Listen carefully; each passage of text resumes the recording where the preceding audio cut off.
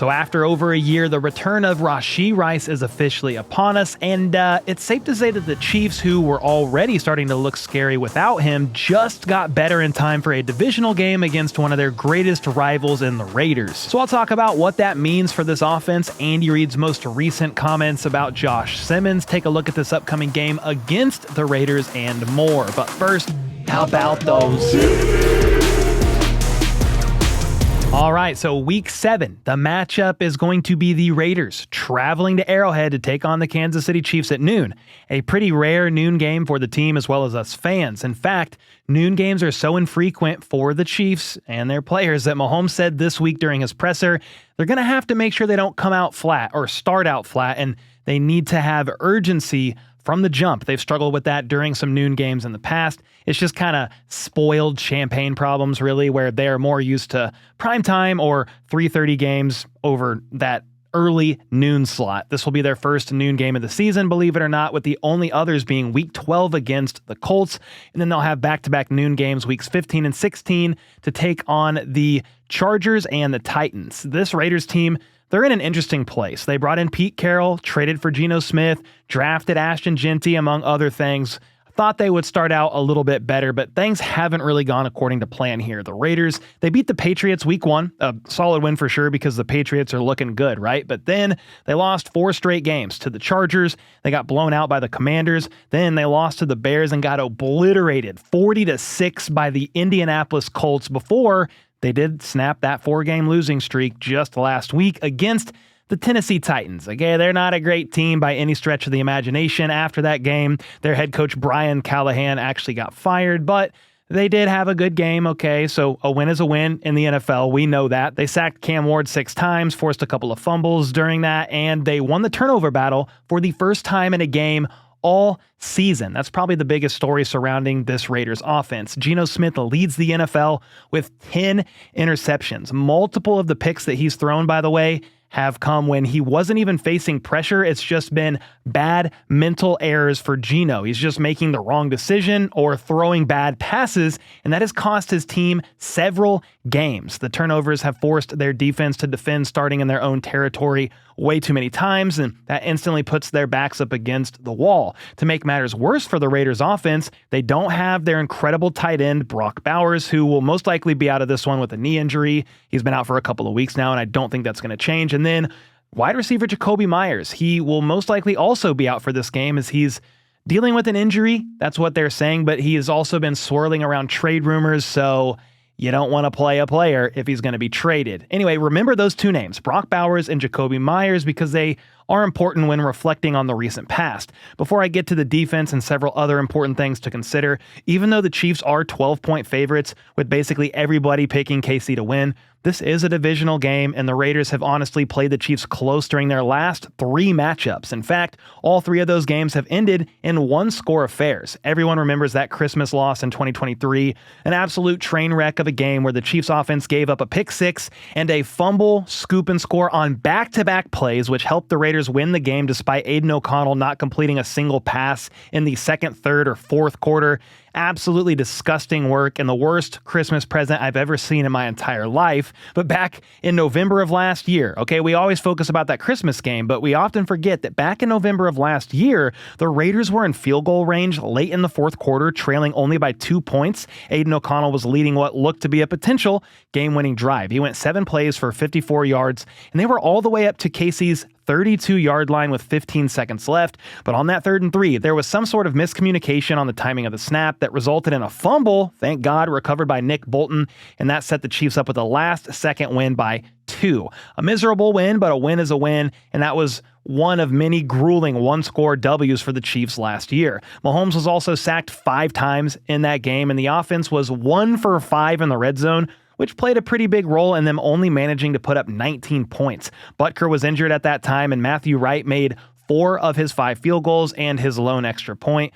So that was obviously helpful. However, this Chiefs team is not the same team as last year, and they will be much better suited to potentially put this game away by multiple scores for several key reasons I'll talk about next, as well as the latest update on Josh Simmons and the very exciting return of Rashee Rice. But first, many of you often ask me what my favorite barbecue spot is in Kansas City, and to that I reply, Joe's KC. Well, the good news is you can get some Joe's and other iconic famous foods from restaurants all over the US thanks to the sponsor of today's video, Goldbelly. The best part is Goldbelly will ship your orders straight to your door anywhere in the country. That could be iconic Chicago deep dish pizza from Lou Malnati's, some world-renowned stone crab delivered from Joe's in Miami, or even some New York's best, most famous cheesecake from Junior's. Whatever it is, Goldbelly's got you covered. It's funny because I could have ordered barbecue from anywhere, but since the best in the business is already here in Kansas City, I got some Joe's KC ribs and pulled pork for the entire family to enjoy for dinner. I then had to get some of that New York's most famous cheesecake from Junior's, snagging their best of Junior sampler, and my wife said it is the best cheesecake she's ever had. I sampled them all, and the apple crumb cheesecake was insane. My favorite by far. Definitely recommend it, and I'm getting it again. The entire process was seamless. Just placed my order online and boom, food was there to easily prep and enjoy with my entire family. Next time, I'm gonna get some more delicious food from outside the city where I can't drive and go get some myself, which is a big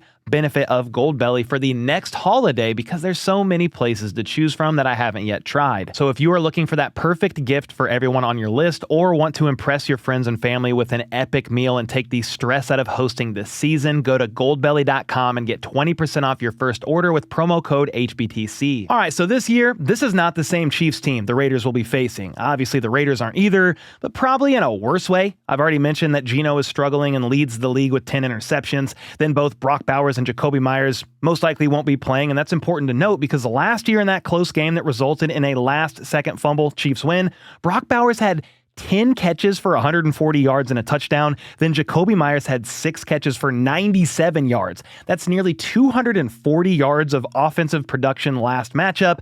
Not playing in this one, thankfully. They are shorthanded in the receiving game a bit because of that, yes, but Trey Tucker leads the team right now in both receiving yards with 356 and touchdowns with 4. He's a smaller-bodied guy at 5'8", but can move. He's averaging roughly 4.5 catches for 65 yards over the last 2 games, so you're going to have to keep eyes on the 2023 third-rounder, and maybe that's Trent McDuffie, Jalen Watson. Not really sure. It's not nearly as big of a threat as, let's say, Amon-Ra St. Brown or Jamison Williams last week. So I do think the Chiefs secondary is going to hold it down, okay? Then you can't forget about Michael Mayer. He had 5 catches for 50 yards and a touchdown last week and has been a go-to for Geno Smith a bit more with Brock Bowers out. And that touchdown, by the way, in that Tennessee game, that was Mayer's first touchdown in nearly 2 years. Kind of crazy. The strength is their run game on offense. Ashton Jeanty is doing a great job his rookie year. So if the Chiefs can sell out to stop the dynamic and explosive first rounder in Ashton Jeanty, that's going to be a big key in this one because it's going to force Geno to throw the ball more, which in theory should hopefully result in a turnover or 2. Fingers crossed. So go up early, force the Raiders to become a little more one-dimensional, limit the explosives of Jeanty, and that should keep the struggling Raiders offense to around their average points per game, which is 17. They are the 29th scoring offense right now. Not great, but if they want success in this one, they're going to have to do all they can to get Ashton Jeanty and that O-line to play out of their minds because the best way for them to try and stay in this game is to force a turnover or 2 on the Chiefs offense and establish some very long drives, drain all the clock you can, and keep Mahomes over there on the sideline because when he's on the field, he is an absolute problem. Now, part of the issue for the Raiders is their starting left tackle, Colton Miller, was placed on IR after their Week 4 loss to the Bears, and the guy filling in for him, Stone Forsythe, he's been struggling, especially in the pass blocking aspect of things. Then their right tackle, DJ Glaze, and left guard also have both allowed 14 pressures on the year. And I think this is a good game for the Chiefs D-line to wreak some havoc. They haven't done that a lot, but are starting to look better over the last 2 weeks. I believe Charles Omenihu has had sacks in back-to-back games, largely because Chris Jones blew up that play and he called it a layup sack today at his presser. But still, the D-line's starting to ramp up or heat up just a little bit, and I like their odds in this one to get some pressure on Geno, especially if they go up early in this game. Let's say they're up by 10, up by 14, and that forces Geno to step back to throw. Chris Jones, he's going to be a problem. He's going to be a game wrecker. And he said today, a more effective 4-man pass rush will help the defense as a whole get more takeaways because it forces QBs to rush their throws, and the defensive backs can take advantage of that. Then if we flip sides of the field, the one guy the Chiefs must be aware of on defense at all times is, of course, Max Crosby. Hate the guy, but respect him a ton. He leads the team in pressures by nearly double with 25. Meanwhile, second on their team in pressures is Malcolm Kuntz with just 13. Both Max Crosby and defensive tackle Jonah Laulu are tied for first with 4 sacks apiece, so he's another one to watch along the interior, but we already know Max will be doing his best to be a problem in this game. He loves the Chiefs, or at least playing against them, and often comes alive in these games. I'll also say this, their linebacker, Devin White, he's coming off of a massive game against the Titans. He led the team in tackles, forced a fumble on Cam Ward, and had an interception, so he's going to be out there flying around with a lot of confidence. But outside of that, no disrespect here, there are some areas of weakness to exploit.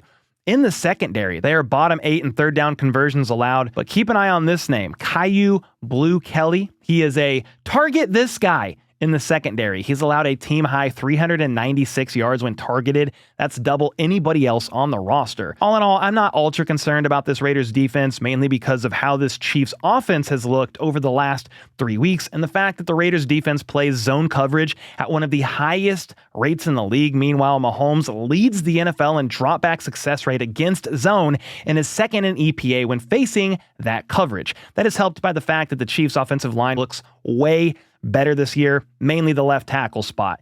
Even though it's going to be Jalen Moore on Sunday, Josh Simmons has already been ruled out. He's been away from the team, dealing with what Andy Reid described today as an excused absence as he deals with a family situation. However, then when asked for clarity to confirm that Josh Simmons is dealing with a family matter, Andy changed it up a bit, saying it's a personal matter. So it's a family situation, a personal situation, a little bit of both. I honestly have no idea. And Nate Taylor of ESPN made things seem yesterday that the team themselves don't know the full scope of every detail yet and what's going on with Simmons, which would make sense why things have essentially remained a mystery. If the team themselves don't know the full details yet as to what exactly is going on with Simmons, how can they properly, even vaguely, make a statement about it? On top of that, Andy said today that he doesn't know if it's going to be a long-term thing yet or not for Josh Simmons. Earlier this week, Big Red said that Brett Veach is handling the situation. So that's kind of all we really have to go on right now, which isn't obviously a lot. So while we just kind of hope and pray for the best with Simmons and his family, Jalen Moore is the next man up, and he's going to do a serviceable job on that side of the line. He was great last week against the Detroit Lions, and he held off Aiden Hutchinson for the most part, did a pretty fantastic job, all things considered, and I don't really expect that to change too much this go-round. It's actually crazy that Jalen Moore, who heading into the season was the Chiefs' backup swing tackle or backup left tackle, he is better than any option they had on the left side of the line really over the last 2 seasons. And that was part of the problem why Mahomes was sacked so many times against the Raiders and they struggled in the red zone, because Wanya Morris had a very bad game. He allowed 8 pressures, which was more than the rest of the entire offensive line combined. Well, Jalen Moore will be much more efficient than that, and over the last 3 weeks, this Chiefs offense is basically on fire. They are a top 3 offense in almost every single metric you can find. They're averaging 32 points per game. Kelsey looks great. Juju's flying around, and both of them should feast against this Raiders zone coverage. Then Worthy's averaging like 11 yards a touch upon his return. Thornton is a true deep threat that defenses have to respect. He didn't get a reception in this last game, but he opened things up in the middle of the field. And gotta bring this up, this game marks the official return of wide receiver 1 Rashee Rice after a season-ending knee injury week 4 last year, and of course a 6-game suspension to start this year. So he's officially back, with Andy Reid sharing today that Rice looked sharp this week at practice, and what he was asked to do, he did well. He's definitely in good shape, but Andy noted that it's about getting game reps in. Quote, his famous quote, "We'll see how it goes." Andy said he knows everything in the offense, though, but he's going to watch him closely and see how Rice does with what they give him out there on the field and go from there. It's probably not going to be every rep, aka every offensive snap. Rashee Rice spoke to the media today as well and said he is so glad to be back, and during his suspension, he spent time in Florida where it's hot, keeping himself in the heat similar to St. Joe, so training camp, and he trained every day, Monday through Friday, and then some kind of a workout is what he did as well on a Sunday to prepare himself for like a game day routine. He knows the playbook well, the offense inside and out, saying it comes natural to him. Plus, training camp helped with the new additions they added. Then upon his return to practice this week, he said after like day 2, he feels completely back into his usual swing of things with this team.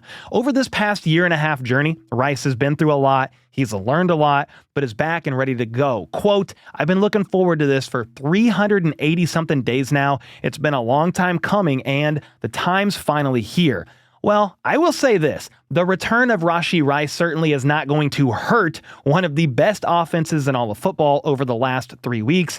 Even if he doesn't play a ton of snaps in his first game back on Sunday, I still think he's going to make some plays, which is why for fun, I threw together this little three-legged parlay that you can see on screen here on Underdog, the best and easiest place to play fantasy sports. I hit his higher on 44.5 receiving yards. I hit Kareem's higher on 1.5 receiving yards. He's done that every game this season. And for fun, I also opted for Geno Smith to throw another interception. Link to tail is in the description. Now, regardless of how much Rashee Rice has actually used, I view this as a bit of a ramp-up game for him, a stepping stone that will really help take the offense to another level. Mahomes as a whole trusts this offense from the line to pass catchers more than he has in quite some time, and his confidence level is very high in just being able to rely on his teammates. That's what Matt Nagy said this week and was a big takeaway from his presser for me.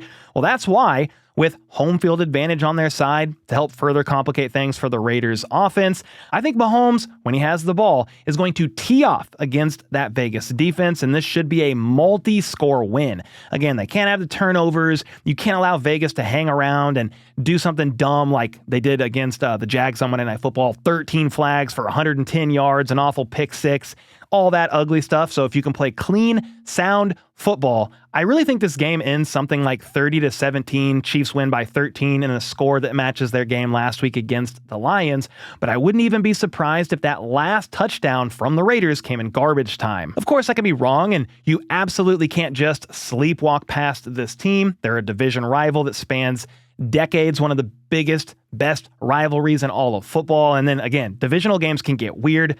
I just feel like Vegas, they don't have the horses on offense, and this Chiefs offense is red hot. This is a bad matchup for the Raiders at a pretty tough time facing off against a very healthy Chiefs team. The only thing I want to see, aside from everything else I just mentioned, is for Harrison Butker to make every field goal and every extra point, something he hasn't been able to cleanly do in 5 out of 6 games. Very rare, uncharacteristic for him so far. Dave Tobe, special teams coordinator, said it's a bit of a mental thing with Butker right now as he changed his kicking technique late last year after needing that minor knee cleanup done on his meniscus. Butker's been making basically every kick at practice, so Tobe said he's not really that worried. He's confident that things are going to turn around here sooner rather than later for Butker. Anyway, with all that being said, make sure to let me know your thoughts on this game in the comments down below. What's going to be your score prediction? Who's going to be your standout players on both sides of the ball? And until next time, let's go. Let's freaking go. How about those?